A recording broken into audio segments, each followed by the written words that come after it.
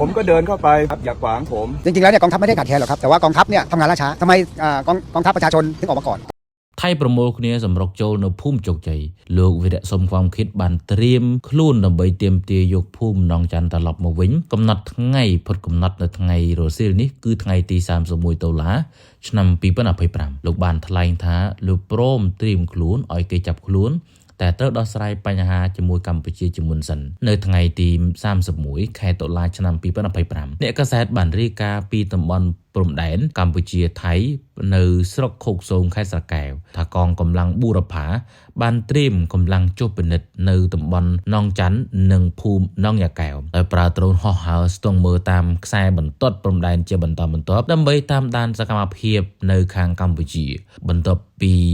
កាលពីល្ងាចថ្ងៃទី30ខែតុលាកន្លងទៅនេះមានរបាយការណ៍ថាមានក្រុមបរកម្ពុជាមួយចំនួននៅតំបន់ភូមិនងយ៉ាកែវបានមកជួបជុំគ្នាហើយមានសកម្មភាពស្រដៀងនឹងការស៊ើបការណ៍មកលើភាគីថៃតាមរយៈរូបភាពពីមុំខ្ពស់ដែលបានទទួលពីដ្រូនរបស់កងកម្លាំងប៊ូរផានៅព្រឹកនេះ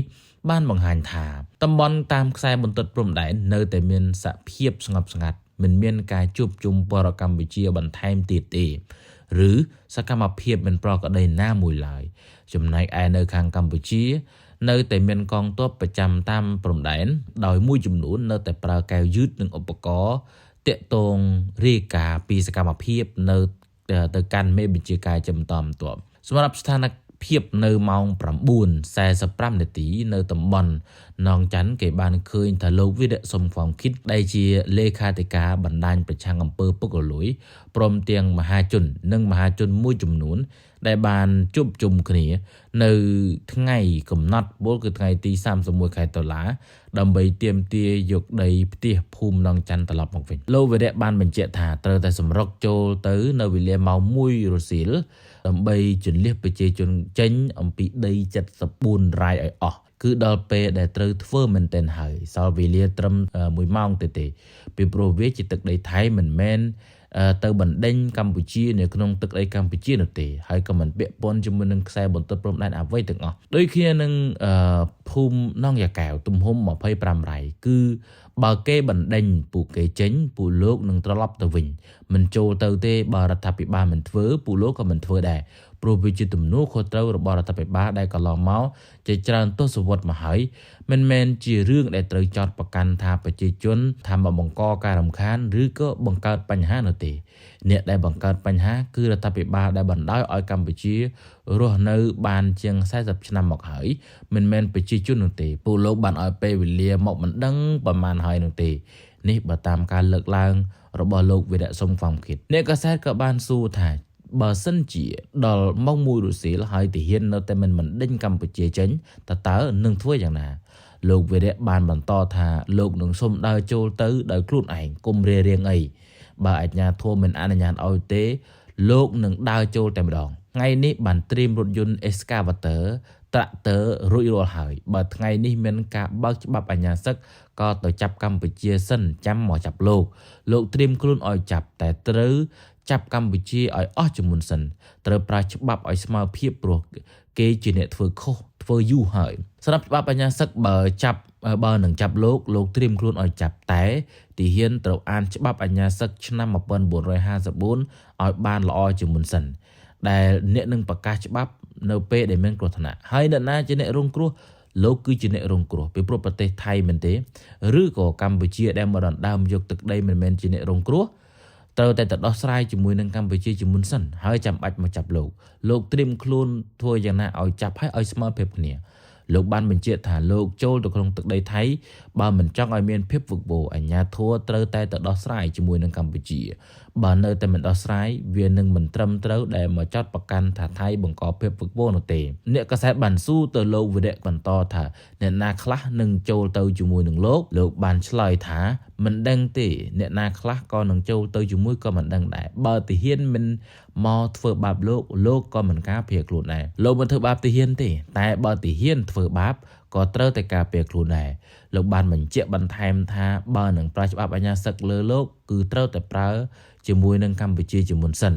តែគ្មានសិទ្ធិមកប្រើលើលោកដោយលើកលែងប្រជាពលរដ្ឋកម្ពុជាទេ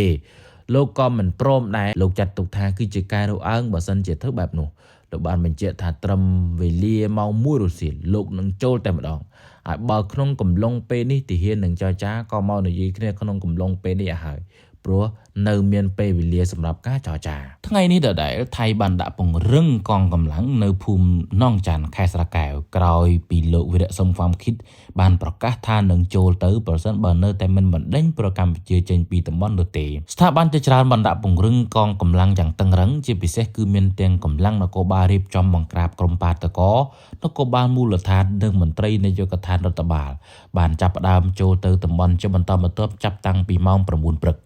នៅក្នុងនោះមានរថយន្តតូចរបស់នគរបាលជាង10គ្រឿងបានបើកចូលទៅក្នុងតំបន់ភូមិនងច័ន្ទខេត្តស្រែកែវដើម្បីត្រៀមខ្លួនសម្របសម្រួលនឹងការពារសណ្ដាប់ធ្នាប់បន្ទាប់ពីលោកវីរៈ សុំความគិតប្រធានបណ្ដាញប្រជាប្រឆាំងអំពើពុករលួយបានអះអាងថានៅថ្ងៃនេះលោកនឹងចូលទៅក្នុងតំបន់មួយនេះជាធម្មតានៅច្រករបៀងនឹងមានកម្លាំងព្យាយាមល្បាតត្រួតពិនិត្យត្រឹមតែ4ទៅ5នាក់តែប៉ុណ្ណោះប៉ុន្តែថ្ងៃនេះអាជ្ញាធរបានដាក់ពង្រឹងកម្លាំងរហូតដល់ទៅ2ជាន់ជាន់ទី1មន្ត្រីនាយកដ្ឋាននគរបាលឈរត្រៀបជួរគ្នាពីមុខច្រករបៀងចំនួន2ជួរនិងនៅមុខផ្លូវចូលភូមិនងច័ន្ទមួយជួរទៀតរួមទាំងនគរបាលរៀបចំបង្ក្រាបក្រុមបាតកោព្រមទាំងខែលការពារបានឈរត្រួតពីលើជួរមន្ត្រីនាយកដ្ឋានរដ្ឋបាលចំពោះភាគីប្រជាពលរដ្ឋទាំងលោកវីរៈនិងអ្នកភូមិបានមកតាមដានស្ថានភាពតាំងពីពេលព្រឹកដោយលោកវីរៈបាននាំយកនៅរថយន្តត្រាក់ទ័រចំនួន4គ្រឿងនិងរថយន្ត Excavator ចំនួន1គ្រឿងទៀតមកចតរង់ចាំនៅមុខរបៀងលោកបានអះអាងថានឹងមិនធ្វើអ្វីឡើយរហូតទាល់តែម៉ោង1រសៀលប្រសិនបើក្នុងកំឡុងពេលនោះអាជ្ញាធរនៅតែមិនបណ្ដេញពលរដ្ឋកម្ពុជាចេញពីតំបន់នេះទេ